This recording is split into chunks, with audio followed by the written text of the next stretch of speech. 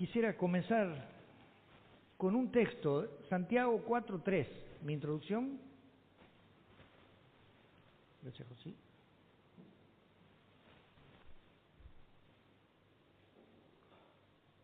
El texto dice: pedís y no recibís, porque pedís mal, para gastar en vuestros deleites.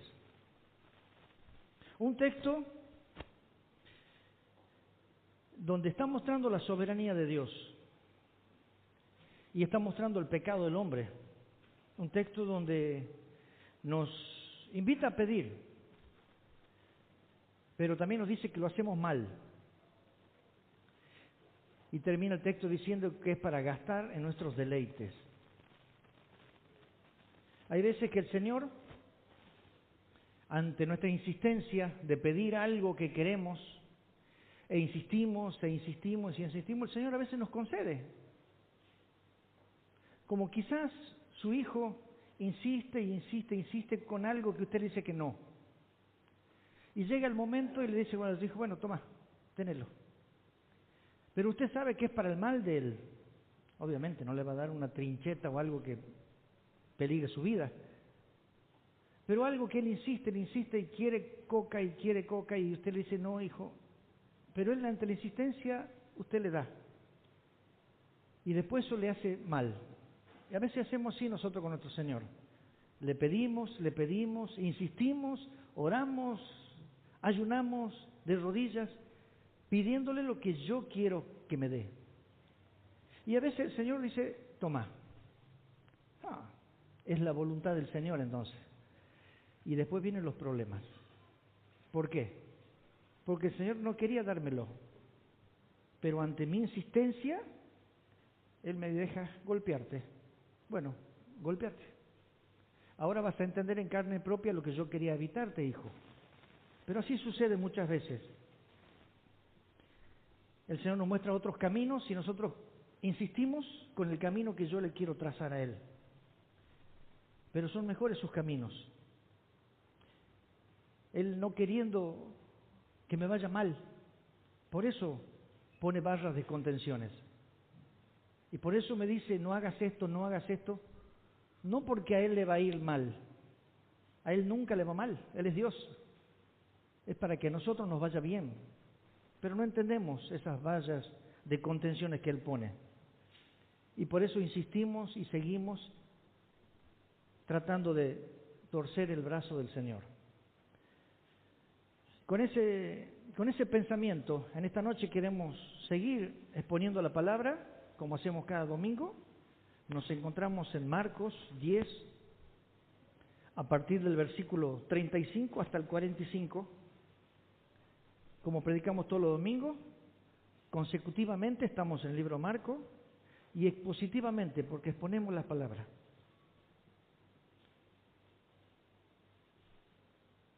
Acá había dos hermanos que hicieron una petición. Marcos 10:35. Entonces, Jacobo y Juan, hijos de Zebedeo, se acercaron diciendo, Maestro, querríamos que nos hagas lo que pidiéremos. Y él les dijo, ¿qué queréis que os haga? Ellos le dijeron, concédenos que en tu gloria nos sentemos el uno a tu derecha y el otro a tu izquierda. Entonces Jesús les dijo, no sabéis lo que pedís. ¿Podéis beber del vaso que yo bebo o ser bautizado con el bautismo con que yo soy bautizado? Ellos dijeron, podemos. Jesús les dijo, a la verdad, del vaso que yo bebo, beberéis, y con el bautismo con que yo soy bautizado, seréis bautizados. Pero el sentaros a mi derecha y a mi izquierda no es mío darlo, sino aquellos para quienes está preparado. Cuando lo oyeron los 10, comenzaron a enojarse contra Jacobo y contra Juan. Mas Jesús llamándoles les dijo, ¿sabéis que los que son tenidos por gobernantes de las naciones se enseñorean de ellas y son grandes, y sus grandes ejercen sobre ellas potestad? Pero no será así entre vosotros, sino que el que quiere serse grande entre vosotros será vuestro servidor. Y el que de vosotros quiera ser el primero será siervo de todos. Porque el Hijo del Hombre no vino para ser servido, sino para servir y para dar su vida en rescate por muchos. Hasta aquí nomás la palabra. El mensaje de esta noche lo he llamado pedir sin entender. Y acá hay dos hombres, 2 de los 12 apóstoles, Jacobo y Juan, que dice la palabra que eran hijos de Zebedeo. Estos 2 se acercaron al Señor. Y fíjese cómo fue la pregunta. Queremos que nos des lo que te pidamos. ¿No pareciera una pregunta muy de niños? Papá, ¿vos me vas a dar si yo te pido algo? Esa fue la pregunta. Bueno, pero ¿qué me vas a pedir, hijo, primero? Decime qué y a ver si te doy. No, vos prometeme que me vas a dar lo que yo te pida y después te digo lo que quiero. Así fue la pregunta de estos hombres. Pidieron algo a la manera de un niño. No saben pedir.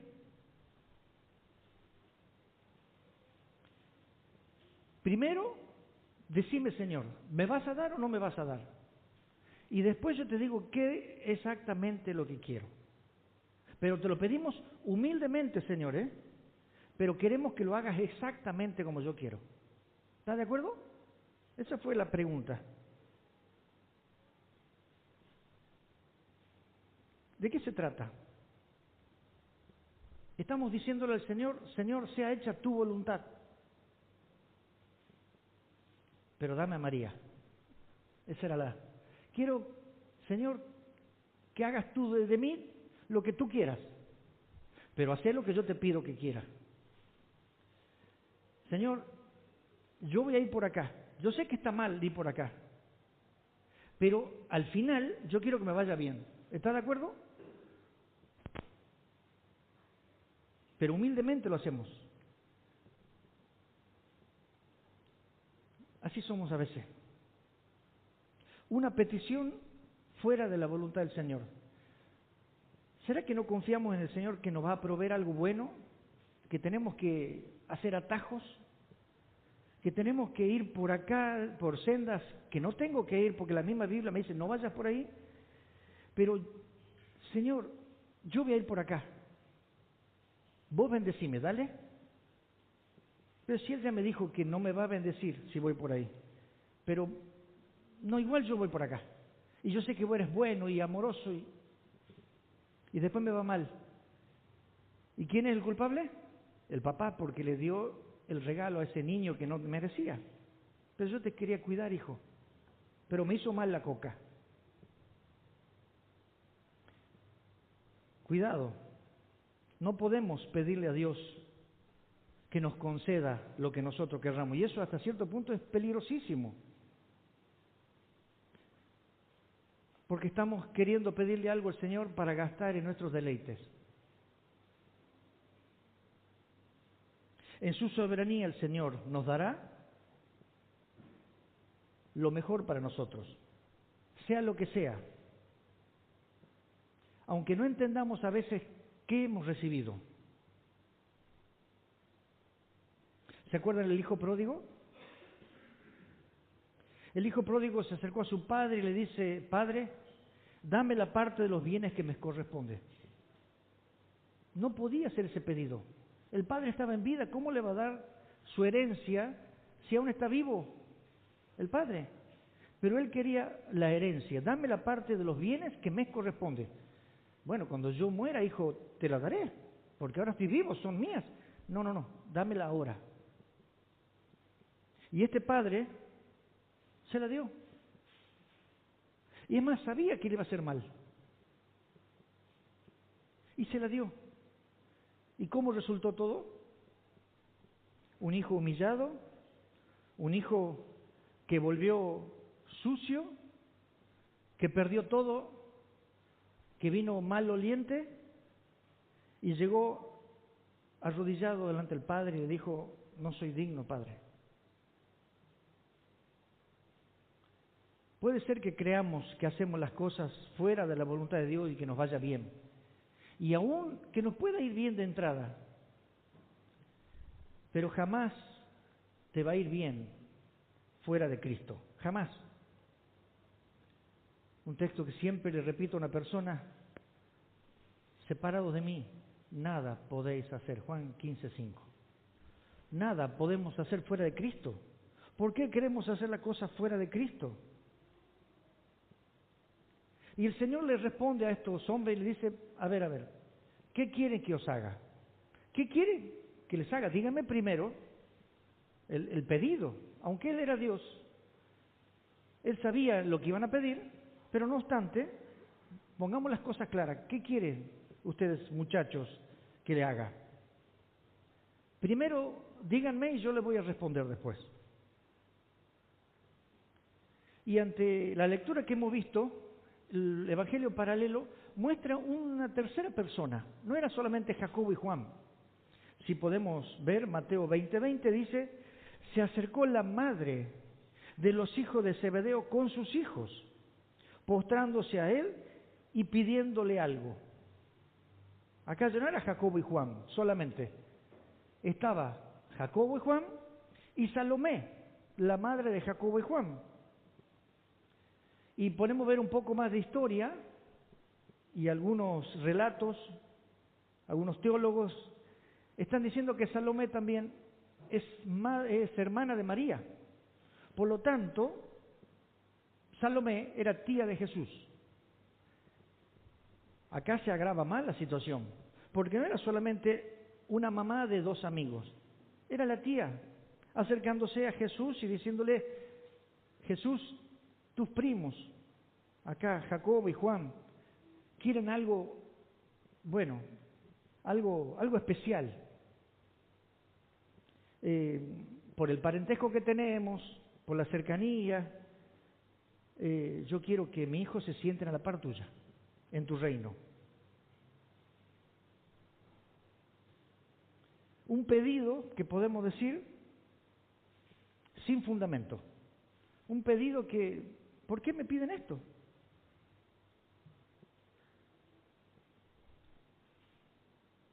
La historia del joven rico dice así: entonces, respondiendo Pedro, le dijo: aquí, nosotros lo hemos dejado todo. Al final de que Jesús habló con el joven rico, versículos anteriores, ellos, viendo la respuesta del Señor hacia el joven rico, le dijeron a Jesús: Jesús, nosotros no somos como el joven rico, mira, nosotros dejamos todo y te hemos seguido. ¿Qué pues tendremos? Dice el versículo Mateo 19:27. Y Jesús le dijo: de cierto os digo, que en la regeneración, cuando el Hijo del Hombre se sienta en el trono de su gloria, vosotros, que me habéis seguido, también os sentaréis sobre 2 tronos para juzgar a las 12 tribus de Israel. Eso estaba en la mente de estos discípulos. Que el Señor les dijo que ellos se iban a sentar realmente con Él en el trono de gloria. Entonces el pedido de estos jóvenes, estos hombres, no estaba tan desacertado. Si el Señor le prometió sentarse en su gloria y habla de 12 tronos, ellos eran 12, entonces es uno para cada uno. Y si vamos a sentarnos cada uno, yo quiero la mejor. Yo quiero que mi hijo esté en un lado y mi otro hijo en el otro lado. Y el trono en el medio. Algo razonable, podemos decir, estaban pidiendo. Pero lo que no entendían ellos, que no se trataba de este reino. No era un trono de este reino. No estaban entendiendo realmente la naturaleza del reino. Pero acá podemos ver que realmente ellos tenían fe en Jesús. A pesar de que venían viendo maravillas y obras del Señor, el Señor le estaba diciendo: yo voy a morir. Ellos no estaban entendiendo. Pero sí tenían en claro que el Señor iba a reinar, que Él era el Mesías. No sé cómo va a ser el trono, pero ellos decían: bueno, pero nos vamos a sentar ahí. El Señor nos prometió.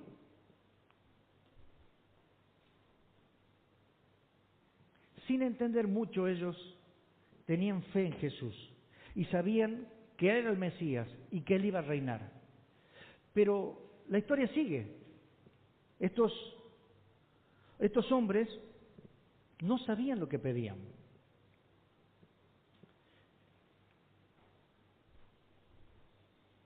Jesús le dice, sabiendo la historia, sabiendo el final, le dice, ustedes realmente no saben lo que están pidiendo. ¿Podéis beber del vaso que yo bebo? Sí, le decían, sí podemos. ¿Pueden ser bautizados con el bautismo que yo soy bautizado? Sí, sí puedo. Fue una respuesta muy rápida. Una respuesta, te podríamos decir, muy confiados, muy seguros de lo que estaban pidiendo. ¿Qué le estaba diciendo el Señor? ¿Ustedes pueden beber del vaso que yo bebo? Para ellos era un vaso de agua. Sí, yo tomo tu vaso, no hay problema, yo puedo tomar tu vaso. El Señor le estaba diciendo eso. ¿Se acuerdan de aquel momento en el Getsemaní? Cuando el Señor estaba sufriendo y grandes gotas, dice, como de sangre caían de su rostro por el padecimiento y por lo que sabía que venía. ¿Cuál fue el pedido de Jesús al Padre? Se postró sobre su rostro orando y diciendo, Padre mío, si es posible, pasa de mí esta copa. Yo no quiero beber ese vaso de ira, Señor, pero yo voy a hacer tu voluntad. Y lo bebió.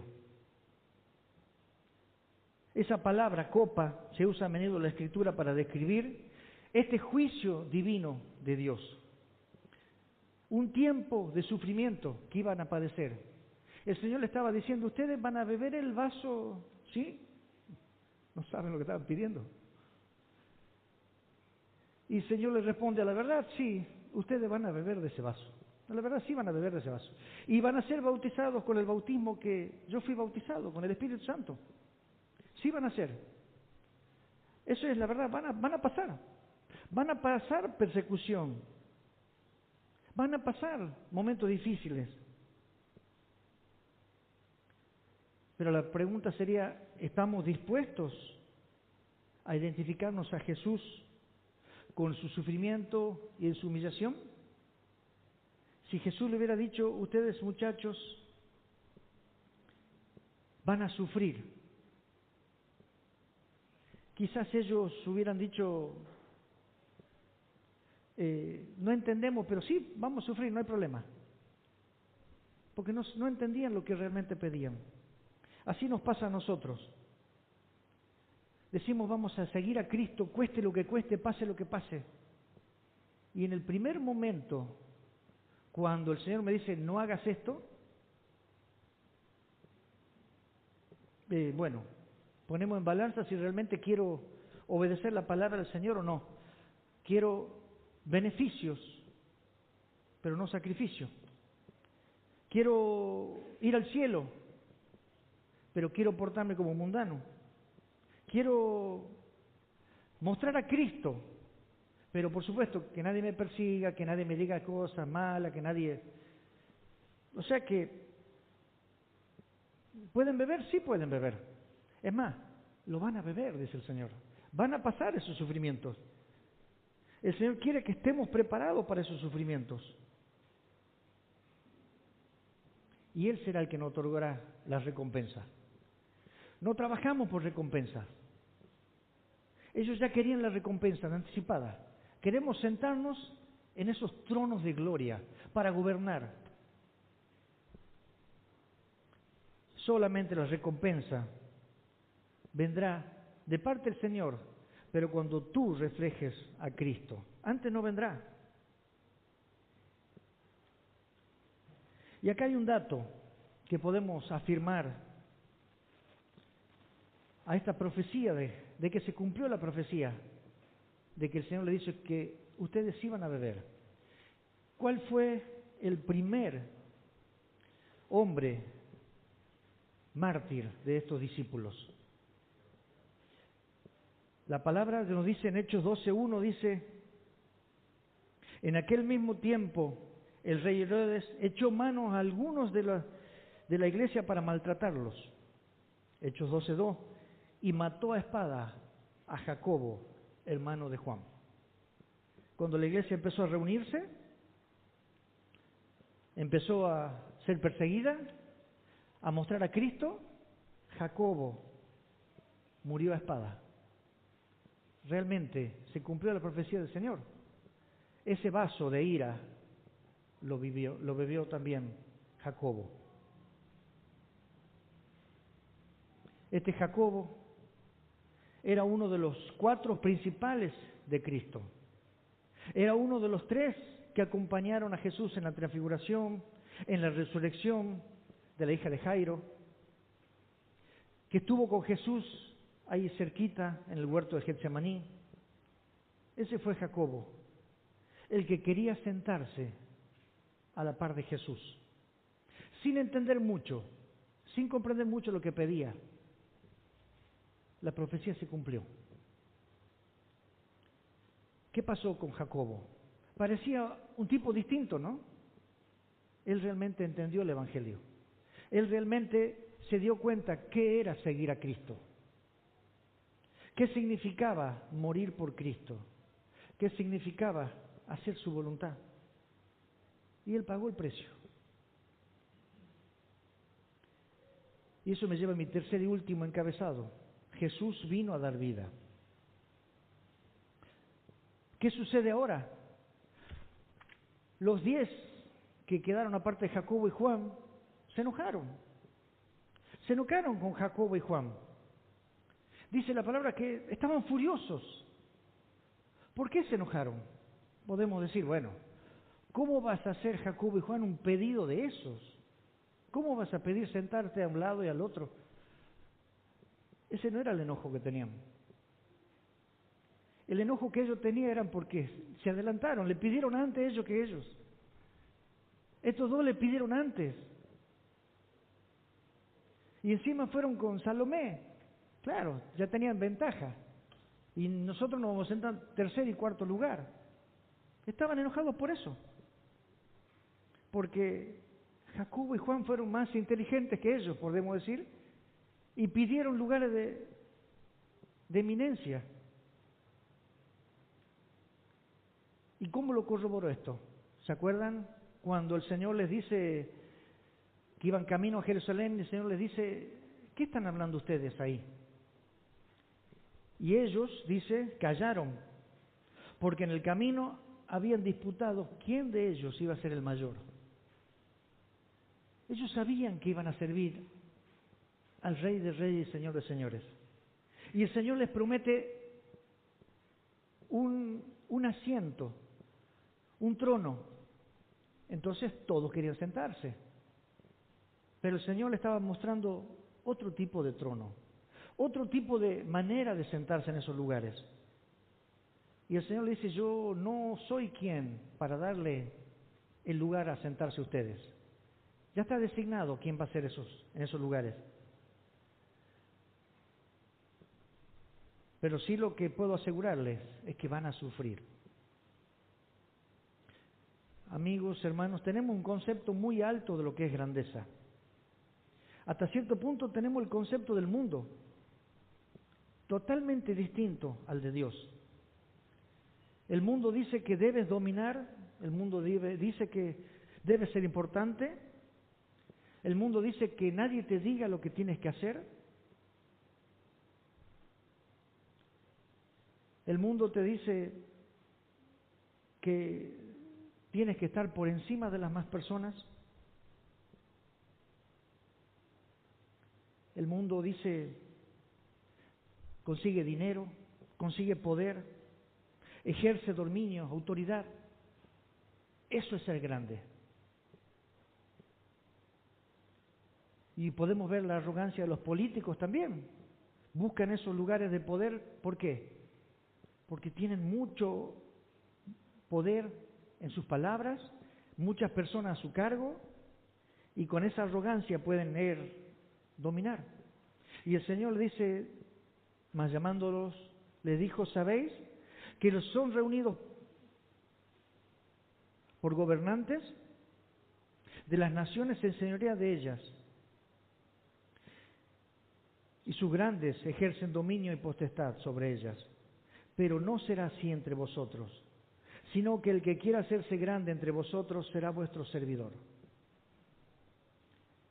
No va a ser así con ustedes. No deben enseñorearse.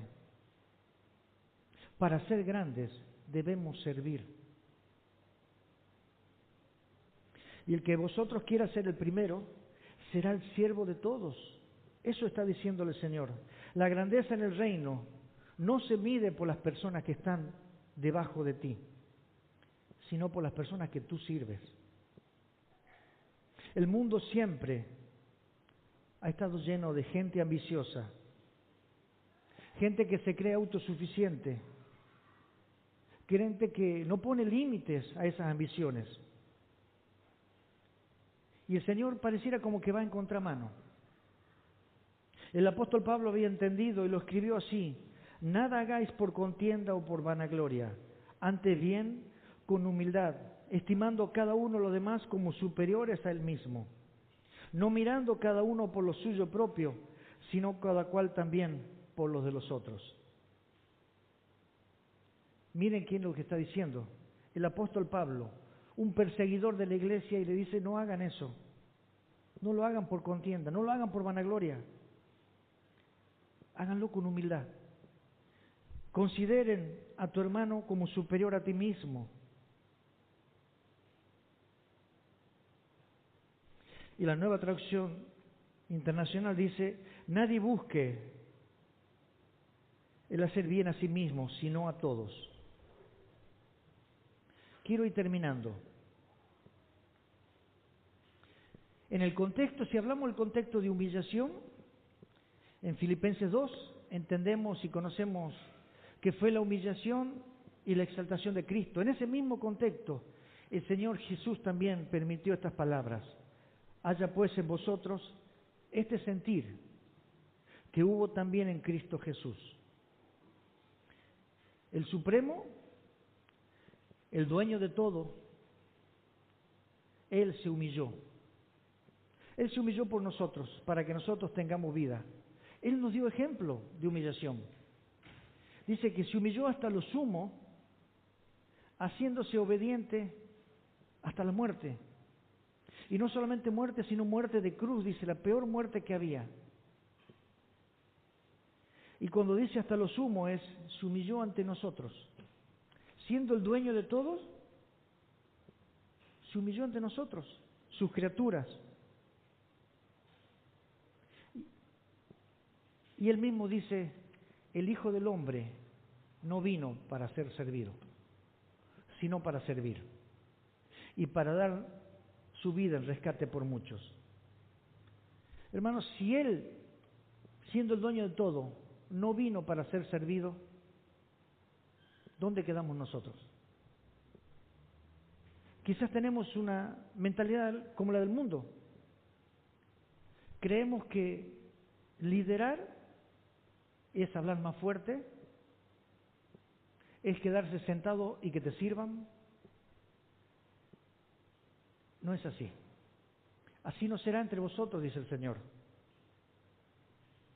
Y si yo te haría una pregunta, no me la respondas, pero medítala. ¿Tú para qué vives?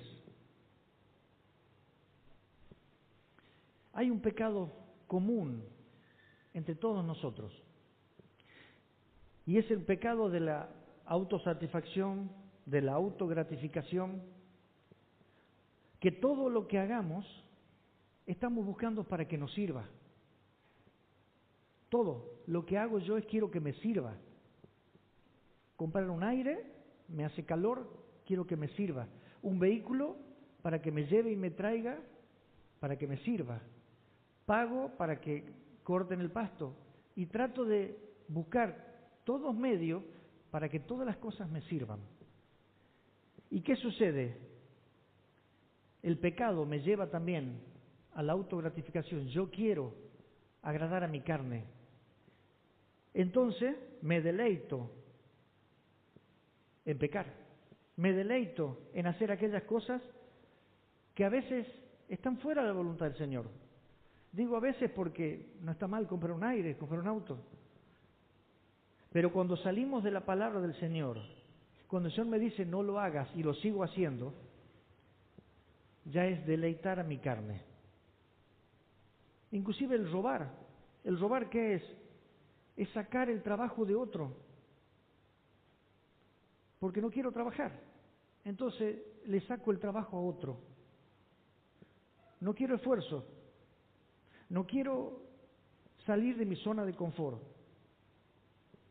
La ley del menor esfuerzo. Y es más, y si puedo evitar cualquier situación que me incomode, mejor aún. Eso está en nosotros, hermano. Y el Señor viene a romper con todo eso y nos dice, el mayor va a servir a ustedes. Hermanos, tenemos el síndrome de reinar, el síndrome de que otros me sirvan. ¿Y cómo sirve usted a Dios si no lo ve? ¿Cómo lo puede servir? Sirviendo a su hermano. La palabra también dice en Filipenses 2:8, y se humilló a sí mismo, haciéndose obediente hasta la muerte y muerte de cruz. Él se humilló a sí mismo. El dueño del mundo, el dueño de todo lo que existe, no tenía por qué humillarse. No tenía por qué venir a la tierra. No tenía por qué venir a salvarnos. Pero se humilló a sí mismo, mostrándonos el camino a servirlo a Él. Quizás tu servicio no sea aplaudido, no sea reconocido. Quizás tu servicio no cause una gran diferencia. Pero Dios no premia los resultados, sino premia la obediencia. Porque a veces vamos a insistir e insistir e insistir en una cosa, tratando de servir a Dios, y no vemos resultados. Pero el Señor ve mi obediencia. Yo no puedo hacer que una semilla nazca, y si hablamos de una semilla espiritual, menos. Pero sí puedo sembrarla y regarla, y Él hará el crecimiento, y Él hará que esa semilla dé fruto. Hermanos, el Señor no nos pide nada del que Él no dio.